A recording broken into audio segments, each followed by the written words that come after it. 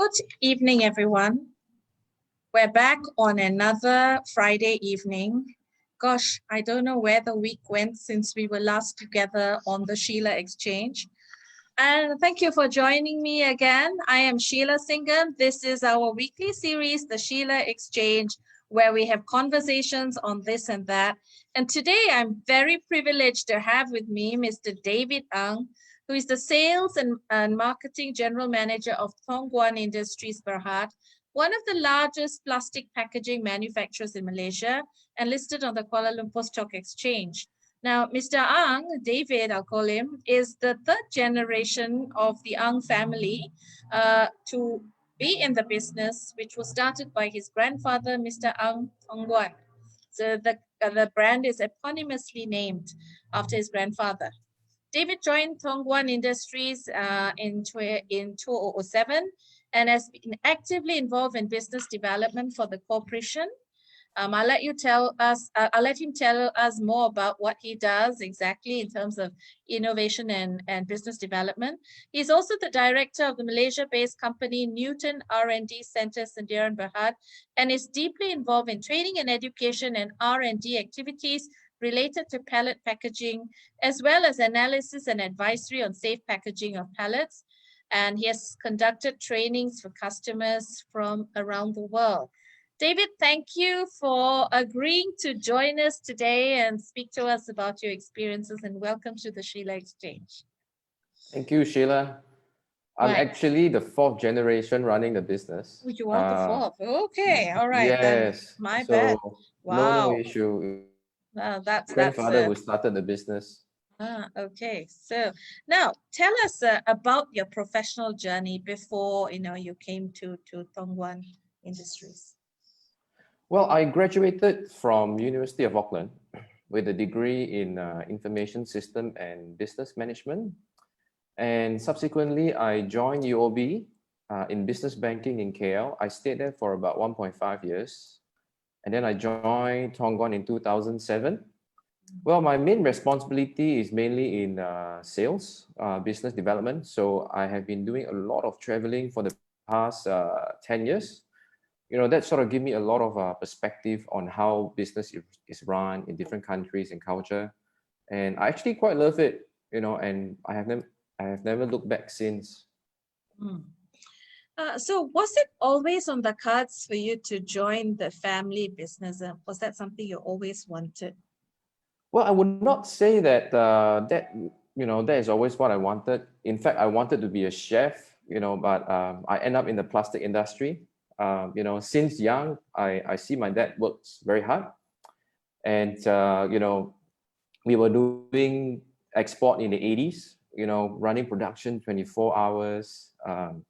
I remember my dad going to the factory at 4 a.m., coming back late at night. Every day I hardly see him at home because he was traveling, building the sales, so that we can leading to listing the company on the stock exchange. So seeing my uncle and my dad building the business from, a small town, kampong sort of business to the stock exchange, with manufacturing facilities in Thailand, China, Myanmar, that sort of gave me the energy and the passion to join them. Today we export to more than 70 countries, with product ranging from stretch film to e-commerce mailing bags, which is booming today. So that sort of inspired me to join them. But again, it's a bit of love-hate relationship between the family business. I mean, we blend everything, like in Malaysia, we call it rojak, right? So we talk business, we talk about money, during family dinner, during holidays, family holidays, say, oh, let's go and visit some customers. Mom will get a bit upset, but it's okay. So that sort of, there's no really work-life balance. The business is your family or vice versa. So that sort of, we work with that sort of dynamics. So fast forward, say 30, 40 years, I get to enjoy their fruits of labor. So having, they built a platform for, for the next generation to grow further. So having seen all this, I my passion kind of build and grow together with the business. So yeah, I'm here for the long run. Yeah, that's very interesting, David, because and you're really sort of bucking the trend that, a few years ago there was a major business paper that says the first generation starts the business, the second generation builds the business, and then the third generation spends all the Squanders. money, squanders. You are certainly not of that trend line. I'm happy to know. Yeah. So tell us a little bit more so our audience understands what are some of the businesses, the products and services that your company, that Guan Industries, is involved in? Well, here we have two main companies. Here we have Thong Industries, which is in main business, is in packaging business. So we manufacture stretch film. Stretch film is a product where you want to move, a pallet from A to B, then you wrap it with a pallet. We also manufacture a lot of liners for the food industry, and different sort of industry. One of the booming industry now is e-commerce mailing bags, which we seen growth, of say 400% over the past 1 or 2 years. We are also involved, about 10 or 15% of our turnover is involved in beverage, tea and coffee. And yeah, that's the main two business. I'm sitting here in the Newton R&D Center, which you mentioned earlier. Well, this is a lab which we set up. It's a dynamic simulation center. So for example, if you want to move a pallet from, let's say, Shah Alam to Terengganu, there's a lot of mountain in between. From A to B, goods might get damaged. So what Newton does is that we innovate and we simulate pallets for the brand owners, say for example, a soft drink manufacturers. So we do that to help them to salvage damages, meaning that instead of selling just product, we are moving more into the service industry. So that's, as a whole, Thong Guan turnover, I think this year will be close to R1 billion. Yeah, that's our business. And how has the pandemic affected business? Well, believe it or not, this year is our best year in terms of turnover and profit. But of course, before that, we were doing things leading up to the COVID-19 or before the pandemic. So that momentum sort of jive through during the pandemic. So business has been well because packaging demand sort of increased, yeah, during the pandemic. Yeah. Because everything was being sort of bought online and virtually and so on. So Yep. Yeah, okay. Now, so a large, would it be correct to say that a large sort of amount of your products, your packaging products, are plastics based? Yes, I would say 90% actually. Okay. So that brings me to the next issue, David. Plastics has not had a great reputation for a while because of its impact on the environment and all that. So everyone's going to like, no more plastic straws, take your own bags, no more plastic bags and so on. So what opportunities did you see to mitigate this? How did Thong Guan mitigate it? What was your role in it? Well, I think it's a perception on plastics. I mean, on Facebook or LinkedIn, you see a turtle, with a straw sticking out of his nose and say, oh, next, the government announced that they want to ban plastics. So I think firstly, it's a perception. Secondly, I think quite honestly, it is difficult for us to live without plastics. I mean, if you look at today, the mask that you're wearing, the face shield, you order something from Grab, it comes in a container, plastic cutleries. So think about it, instead of this perception, plastic has actually helped to battle COVID-19, right? Recently, we launched a campaign called Live Green, right? So what we do, firstly, is to segregate the waste, right? So we encourage segregation of the waste internally and also externally. I mean, if you look at Japan today, the garbage bags, every household would have at least 3 or 4 garbage bags. The Japanese are educated from young that they should segregate their glass, their plastics, their paper, so on and etc. and etc. So I think firstly we have to start with education, especially with the kids and all that. In the factory we have bins and all that to segregate the waste. Now, secondly, it would be recycle. So we recycle all in-house waste. So meaning that there's no waste leaving the factory at all. So what do we do with the waste? We turn them into garbage bags. We turn them into airlines cargo sheets. The big cargo sheets that cover the cargoes and all that. So we turn them into that. We find innovative way to use the waste. And then we have compostable material. Compostable material meaning that, say for example, a garbage bags, which is made out of, let's say, cornstarch. So when you put food waste into that bag and then throw that bag into a landfill, that bag would disappear by itself, right? So we do a lot of these compostable bags, mainly to Australia and New Zealand. Why specifically Australia and New Zealand? It's just that in the environment there, the people there, they are more aware of this.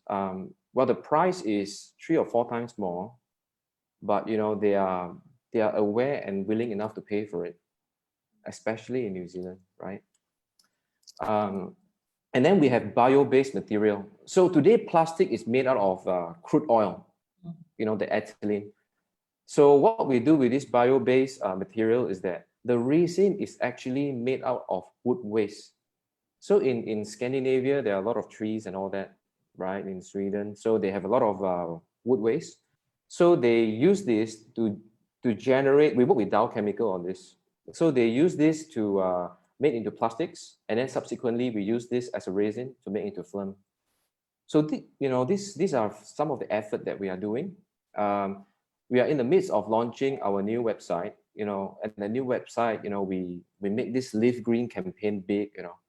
So in a month or 2 time, when you visit our website, you will have a whole new perception on plastics. Yeah. That's really very interesting. So how did this all come about? Usually, how did I would say the paterfamilias, the founding fathers and the older generation in your organization, how did they take to all these new innovations and ideas? Because certainly it would cost money, initial capital outlay maybe. Correct me if I'm wrong, to be doing all this. It requires a will, a dedication, getting all the people on board, but getting the people on top on board. How did that work out? Were they open to it? Well, I mean, if you look at R&D, when we built this R&D center, there's a lot of skeptics, from the different stakeholders. Even internally, the directors will say, oh, you built a R&D center where it doesn't generate revenue, but we went ahead anyway. Of course we get some support from MIDA, who help us. We are very appreciative of that. And with this R&D, we are actually able to build product and have case studies that can prove that our product is equivalent, if not better, than the European or the American products.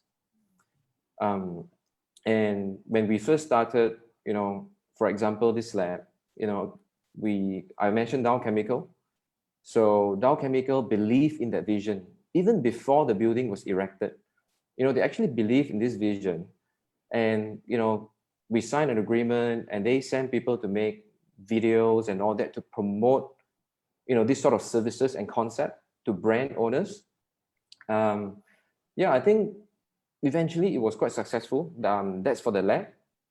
And part of sustainability and innovation effort, we also produce stronger and thinner film, and they sort of encourage less usage of plastics, and basically change the whole perception on that. Yeah, okay, so here's the thing. You were mentioning earlier that when you were sending sort of biodegradable plastics and all that, a big market, Australia and New Zealand, because they are more aware. Malaysians are getting a little bit more aware than before, but I would also say sometimes it's a bit limited to the educated market.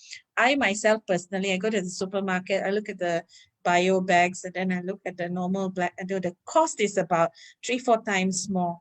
But now I'm making a conscious choice to go to the bio one, even though it's more expensive, because I'm thinking of the impact on the environment. So then it kind of gets to comes back to your values and your conscience, right? How can we bring that about to the mass population, or even maybe make these bio bags more cost effective so that everyone can afford it? Because before you can introduce any legislation to make it compulsory, everyone needs to be able to afford it. So how can we make that happen? Any ideas? Well, if you look at bags, right, plastic is all about volume. So firstly, I think, you have many stakeholders, starting from resin producers, starting from, the resources that they use to produce the resin, and we as a converter, with Newton and all that. So I think firstly is to create awareness, put the education into the whole plastic ecosystem, and to educate so that, eventually this will take years, definitely will take years. So building that, once you reach the economy of scale, plastic bags might go down. I mean, if you look at supermarkets, traditionally they don't charge for bags. Now they charge for bags. Yes. That is an additional profit for them, actually. Sometimes this is a bit like with this plastic perception thing, it's a bit of you have to check and balance. It seems to me a bit like a chicken and egg situation lah. Do we bring down the price and then everyone hops onto the bandwagon, or do we make it compulsory and then more people buy the bio bags and then it can become more affordable? So where do we start lah? I know that this is a question I'd like to ask. Like I said, it'll be from the education, it'll be from a manufacturing point of view. It has to involve in the government, definitely. For example, UK, they decided to, let's say by 2022, I think, to put tax on plastics, which is less than 30% recycled material. Yeah, for example, Korea, for every, kilo of stretch film they import, right? Any company import, they will have to pay a certain, what they call environmental tax.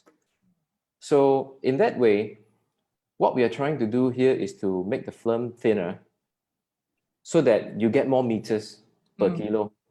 That would benefit the the user more. And with that, that helps also to reduce the carbon footprint that the users are leaving behind and for the next generation. So but again, if you make the film thin, how thin is safe, right? So therefore we set up this Newton lab, to prove that, because with today's resin technology and extrusion technology, thin film is equivalent, if not better. For example, now the car's engine is, used to be 4 cylinders, now it's 3 cylinders, but the power is still the same, if not better. So that's that sort of concept that we are working in. Yeah. That's a great metaphor. What are some of the other innovations that Newton R&D Center is coming up with at the moment?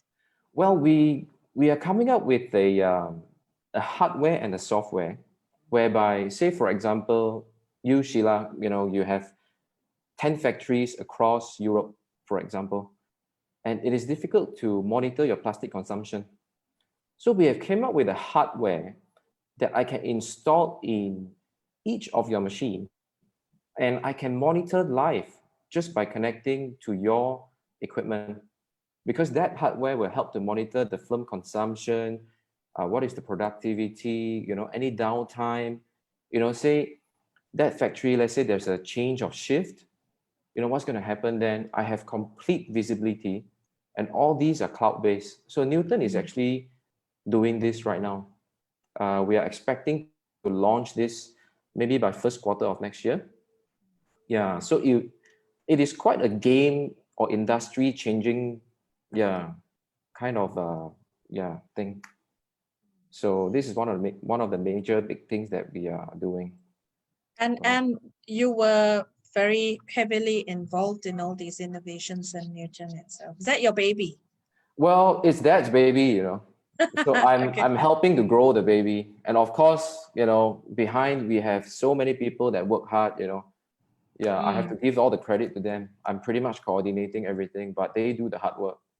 Yeah. So it's interesting. You said it's dad's baby. So dad's pretty a man with a lot of foresight and innovation and a very innovative streak in him, apparently.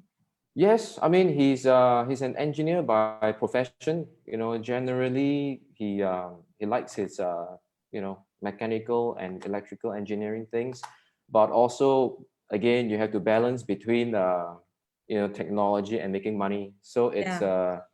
yeah it's a balance actually. But what we are trying to do here is to create value. So basically, you know, in the US and Europe, they have very good film, you know, best of the best. But our product is equivalent, if not better, but they are selling at Porsche price. And we are Ah, selling at Mercedes price, for example. I mean, in a layman term. right. So, you know, not many people can afford a Porsche, but if you bring that price down to Mercedes, right, you know, Mm, you can get more volume. mm, So that's sort of a concept that we work on. mm. And what is it like working with dad? I mean, you see, because we're talking about family businesses here, and to our listeners out there who want to have an understanding of the dynamics. I mean, giving you an example, I work with family members. I've worked with family members before. And what you said earlier about talking business at the dinner table, and then other people say, hey, it's family time, you know. So how is this dynamic with dad? Is it like every time you meet, it's about work? And is he open to your ideas? And are you open to his ideas? Do you get on like, head on loggerheads sometimes about things on a lighter Well, note? I think we do get on loggerheads a lot of times, you know, but I think there must be a certain, you know, certain respect, you know, since young, you know, I'm always taught to be humble. But of course, as you grow up as young man, you know, I'm not that young, but still young, you know, you get a bit of ego, you know, but my dad always tell me, you know, esteem others higher than yourself. And, you know, in Guan, there's a lot of older employees who have been in the business for a long time. You know, even when I was a kid, you know, they are there already. So they built the business to what it is today. I mean, we are from a small town, you know, difficult to get resources. So they actually built the company together with, you know, uncle and dad, and we need to show respect to them. So I'm always taught that way by my dad. Mm, And there's a Chinese saying, remember the well that you drink from. And mm, and there, you know, conflict is unavoidable in family business. There's always conflict. mm. But I think what we have to do to mitigate that is to have a proper SOP, you know, to have family members following them, you know, be fair, work professionally, you know, if the family members cannot do the job properly, then it's get better to get professional to run the business, you know. Absolutely. Yeah, so what we do here is that we do not let family members to be a barrier to the company or the employees' career growth, right? And yeah, I mean, that has always been, you know, adopting new technology, you know, he liked the Internet of Things. And we always stay out of our comfort zone, you know. You know, for example, we automize, you know, we are starting to automize some of our manufacturing processes, you know, just, you know, in line with the government's policy where we want to reduce reliance on foreign labor. Mm. So we have been investing in, you know, automation and all that throughout the factory. Mm. So yeah, Is that harder on you than he is on the rest of the employees? I don't know. I have to ask him, but sometimes he feels like it. I guess you have to be like, it's always that you're always harder on the ones that are nearest to you, because it's also about, you need to make sure that they're ready to sort of take over in terms of, driving the company in the direction they want. And also to be seen to be really fair. I find that that's the case sometimes. Um, So there's another question I want to ask you. People assume that making changes in business processes, innovating, automating, and like what you've done, invested in the Newton Center and all that, all of this eat into profit. So we've been talking to people from like manufacturing sector and all that, and they're like, okay, if it's going to cost money, we don't want, not at this time, not seeing the long-term impact of what all of this could do. So what has been the overall impact of innovating, all these innovations that we've introduced on the Thong Guan brand and profitability, just in Malaysia as well as overseas? Well, if you look at our business, we made a lot of investment, and this investment costs a lot of money. But if our history, we are here close to 80 years, and whatever we do is for the long run. So even in the short run, for the first few years when we invest, even it eats into our profits or increase our borrowings, we will do it eventually because it's for the long run. Again, I would take Newton as an example. We invested overall in Newton about 10 million ringgit. That was about 2000 since 2016, and without even generating any revenue, like I said before. But what it has done is that it create a lot of value for us. How? Because with Newton we are able to prove our film is better, equivalent if not better than the Europeans and the Americans. So therefore, that has elevated the image that the customers or the matsale so-called, their perception on us, that we can produce, the Malaysians can produce film as good as them, and like I said, sell Porsche and Mercedes price. So in the long run, in the short run, it may eat into profit, but in the long run, the value surpass, surpass the investment, or the profit surpass the investment that we have made. I think that's a very strong message. That's a very important message that people need to hear, David. And out of interest, the Newton Center, is it a dedicated facility for the Thong Guan Group, or are there plans to sort of open these R&D facilities to other smaller companies? As you know, SMEs out there might not have the resources to build such a facility. As it's now, it's a cost center, but could it at some point, are there plans to turn it into a profit center by opening it and making it available to other organizations? Oh, well, it is open to a lot of organizations since day one. So we actually do a lot of tests for different companies. Because of NDA, I cannot disclose the company name. We have done tests for solar companies. We have done tests for milk powder companies. We have done tests for wafer producing or electronics companies. So we have done a lot of tests. So we build up a series of database across different industry. So meaning that, let's say if you're from beverage industry or from solar industry, before we even walk into your factory, we already know what issues you're going to have or you're facing. So we solve the problem before we step into your factory. Right. Yeah. Right. Okay. And so is then now the Newton Center turning into profitability already? Well, it is profitable today. Okay. Of course, we keep it lean, and the whole objective, the purpose of Newton is not to generate a lot of profit, but as a complement to Thong Guan, and of course a non-competing industry whom we are helping. So basically, Newton is helping Malaysian companies to compete, in a global arena.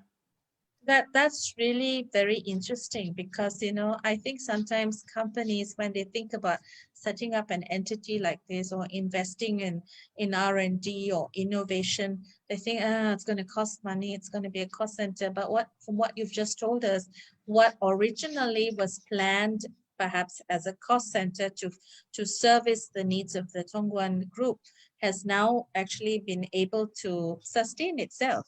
Absolutely. Absolutely, and so I think, again, another strong message that even though something might cost money at the at the start, as time goes on, you could find ways to innovate and turn it into a revenue generating entity as well. All innovation, ultimately, if you can make that happen, that's really valuable innovation, because innovation simply for the sake of being creative and coming up with new things is pointless. One of the tenets of innovation, business innovation, has to be that at some point along the way, it's got to start generating the revenue or contributing towards the processes that generate revenue and sustain revenue. So Absolutely. my final question, David, what is your advice to young leaders like you who are involved in the family business and need to see an urgent need to innovate, but you have this decades old business that's very often entrenched in traditions, and then people say, oh, we've always been doing it that way, so, and it stood us in good stead, so we must continue like that, cannot forget our roots. And I think sometimes people mistake innovation with forgetting the roots. So what's your advice to other young leaders and how to approach this? Well, again, I go back to the values that my dad taught me. Always be humble. Esteem others higher than yourself, and be open. I mean, now the younger generations, they are more adopting to new technologies. Um, I think the key thing here is not to be comfortable. Step out of the comfort zone. It can be your magic zone. So, and yeah, so push to the limit, work hard. I myself, I do triathlon. I used to do a lot of triathlon, so I like to push myself. Yeah, don't be comfortable. Work hard, and like you said, Sheila, for me the pressure is, you said family wealth doesn't last beyond 3 generations, right? So I'm at the 4th generation, and the pressure is high. To ensure that the continuity, I do not want it to be the generation that squanders. So similarly to those who are in, family business, yeah, these are sort of my advice to them. Yeah. Certainly, you're not going to be the generation that squanders. You're going to be the generation that regenerates and takes Thong Guan into new directions, new territories. From what you have been saying to us all of evening, David, I can clearly see that. God willing, hopefully. Yes, certainly God is on the side of those who endeavor, I always feel. So there are many people out there who during this pandemic are frozen and saying, oh, we don't know what to do, how to go forward. And I always feel that it's important to continue moving in whatever you do, even if you don't see, like with your example, when you started Newton, you wouldn't be able to see the profitability, the benefits so fast, but it's a process. So even doing, like personally on my side, as training business, coaching business has slowed down a bit. Everything has gone virtual. So instead of sitting and saying what to do, you pivot. And you are right about not getting entrenched in your comfort zone just because of the older generation. I'm of the older generation, by the way, but I am. So the wise generation. yeah, probably our father's generation. But it's always about, you are never too old to learn, to innovate, to pivot, and to change and transform for your own benefit as well as the benefit of those that you serve. Yep. Well, thank you so much. Any last final words? I'm very interested, Newton. Maybe at some point I want to come visit your facility. We do a virtual, we actually do a virtual tour of Newton because of the pandemic. And we conducted virtual training as well to our Australian customers. Right. So these virtual tours, are they open to the public? Selectively. Maybe you can do one and open it to a selected public who's interested. It's really interesting to see what you do there. Well, thank you so much for joining us this Friday, David. It's really been enjoyable, very enlightening, and very exciting, hearing whatever you've had to say today.